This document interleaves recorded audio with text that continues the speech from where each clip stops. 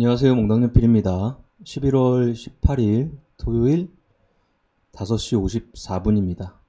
주간 상승률을 찍으러 왔어요. 집에서 이제 밀린 일을 하고 좀 쉬다가 나온 상태인데요. 일단은 제일 시장에서 지수의 상태를 보면은 글로벌 여타의 다른 시장 대비 에너지가 조금 작은 우리나라 시장입니다. 아무래도 다른 나라는 현재 이런 121선 위 구간에서 있는데 우리는 61선 구간에 있는 상태죠.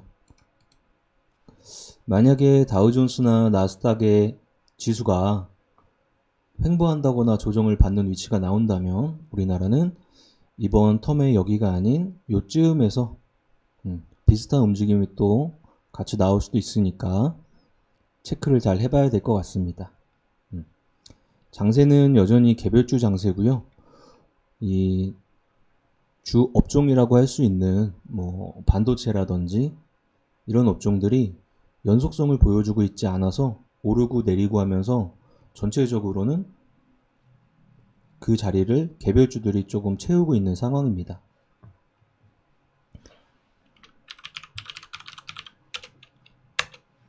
삼성전자 72,500원이에요.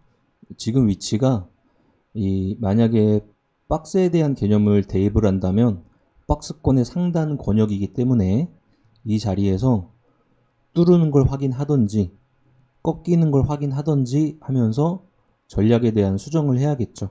여기서 뚫을 거야 아니면 꺾일 거야 라는 것보다는 확인하고 위냐 아래냐 이걸 확인하고 전체적인 전략들, 내가 반도체 주식을 사고 싶은데 지금 자리에서 따라붙는 건지, 아니면 여기서 만약에 변곡 발생해서 낮아지면은 한 연말쯤에 따라붙을지, 없는 사람들은, 있는 사람들은 뭐 그때쯤에 또 늘릴지, 여러 가지 전략에 대한 속도 같은 것들을 조금 조정해 볼 수 있는 그런 타임에 와 있는 것 같습니다.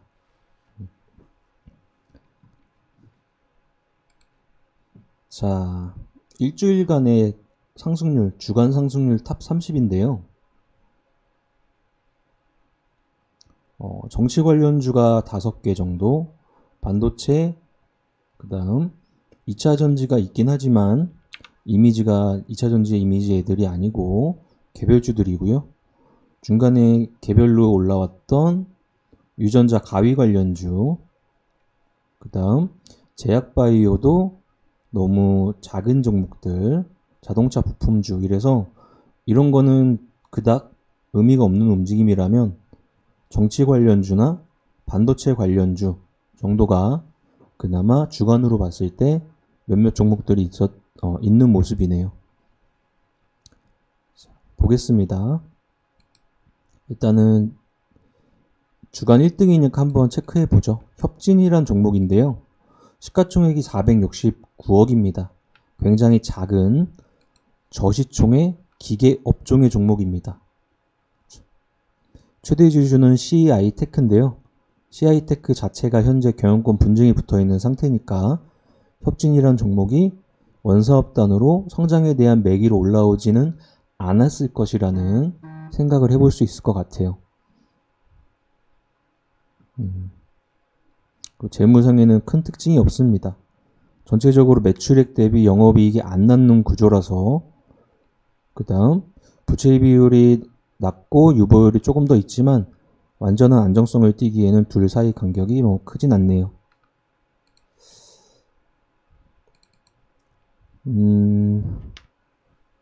최대 주주 CI테크와 컨소시엄을 구성해 회생회사의 인가전 M&A에 참여해 인수를 추진 중이나,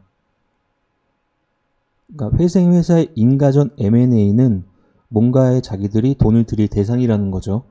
그렇다면은 이런 재무제표나 경영권 분쟁에 대한 이미지를 띄고 있는 종목들이 전략적으로 이런 M&A 시장의 매물을 사들이려면 자금을 조달해야 될 거예요. 그래서 자금 조달하는 형식을 띄면서 뭔가의 재무구조나 경영권이나 이런 것들을 조금 안정화시키려는 짓을 하는 거죠. 그래서 최근에 이렇게 200억짜리 자금 조달을 했네요. 좋을 것도 없고 그렇습니다. 왜냐면은 장기 정지 이후에 거래되면서 급등을 하는 케이스인데요. 이 급등하는 케이스의 성격이 이 종목에 대한 움직임이 사업적 특성이 좋아서 움직인 게 아니기 때문입니다. 그렇다면 이벤트성의 이미지로 바라보면 될 것 같습니다. 두 번째, 얘도 300억짜리네요. 조회 공시가 뭐 들어가긴 했지만 300억짜리, 200억짜리 뭐 이런 저시총 관련주들이 별다른 내용 없이 올라올 때는 거의 보통은 대부분 돈과 관련돼 있다 생각하시면 됩니다.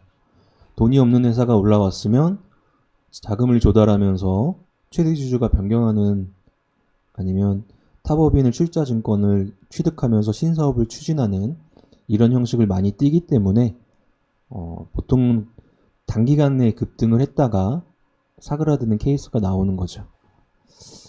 그 다음 마이크로 컨텍솔 반도체 관련주입니다.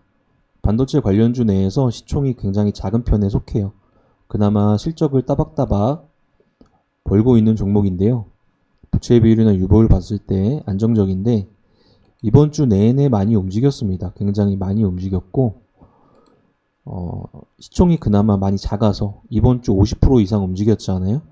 그렇다면 이 시총이 이 자리였을 때는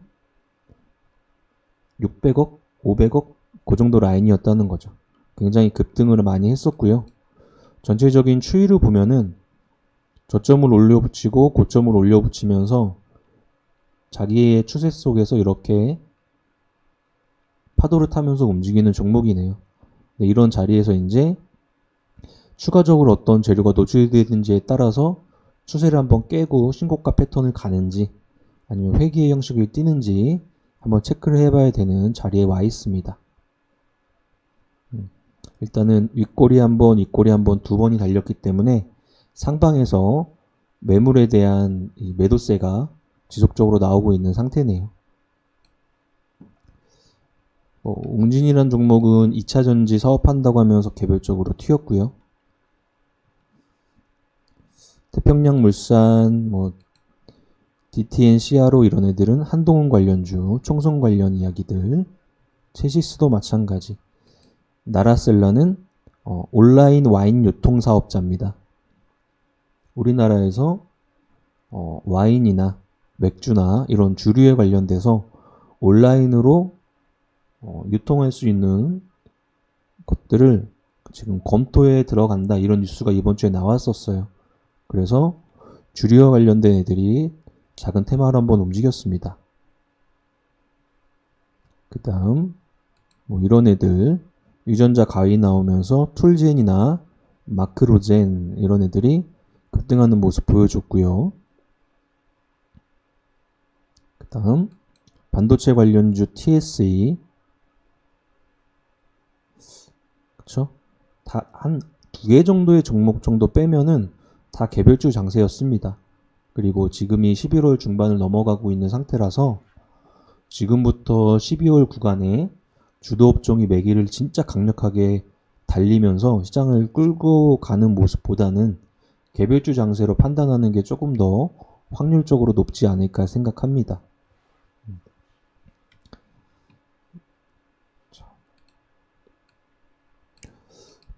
11월의 중반을 지나가고 있는 자리에서 우리가 생각해야 될 것은 2024년 1분기에 대한 생각이에요. 그게 지금 들어야 되는 거고 예전에 말했는지 모르겠어요. 주식 매매자든 투자자든 시선이 항상 미리미리 가 있어야 된다 그랬어요.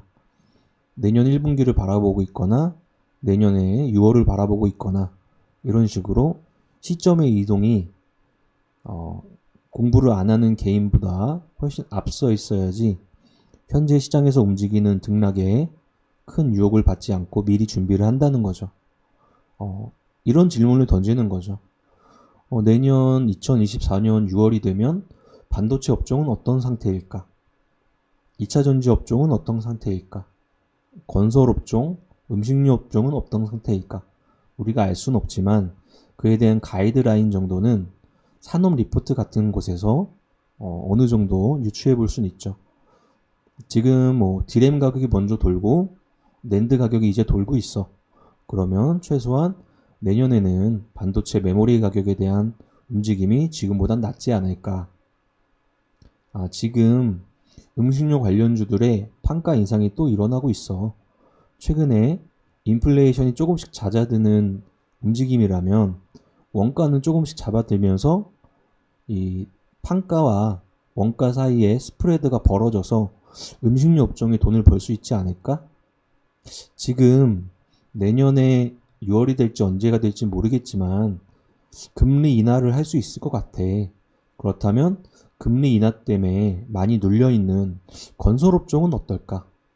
이런 질문을 던지면서 연말을 준비하는 거죠. 지금 당장 월요일날 뭘 사야지, 오전에 뭘 팔아야지, 이런 개념도 뭐 매일 드는 생각이겠지만 그거보다는 2024년을 슬슬 준비할 타이밍이 오고 있습니다. 그리고 올해에 대한 데이터가 나와 있을 거 아니에요? 초보 투자자분들은 이번 텀에 실질적으로 주가의 부분이 올 초에 위치까지 한번 내려오면서 반등을 했지만 전체적으로 보면은 많은 수익을 가져간 분들은 조금 작지 않을까 생각해요.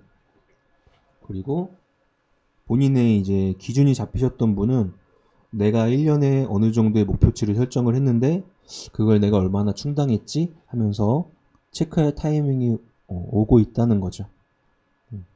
우리가 흔히 아는 그 유수의 자산 운용사 같은 경우에 전체적으로 자산에 대한 수익률이 만약에 연 20% 정도를 나타냈다고 한번 가정을 해볼게요. 그러면 굉장히 준수한 수익률이라고 생각이 그쪽에서는 들 겁니다. 그런데 개인 투자자분들한테는 특히나 아직은 공부가 안 되신 분들한테는 연 20%면 하루에도 벌 수 있는 금액이야 라는 생각이 좀 드시는 것 같아요.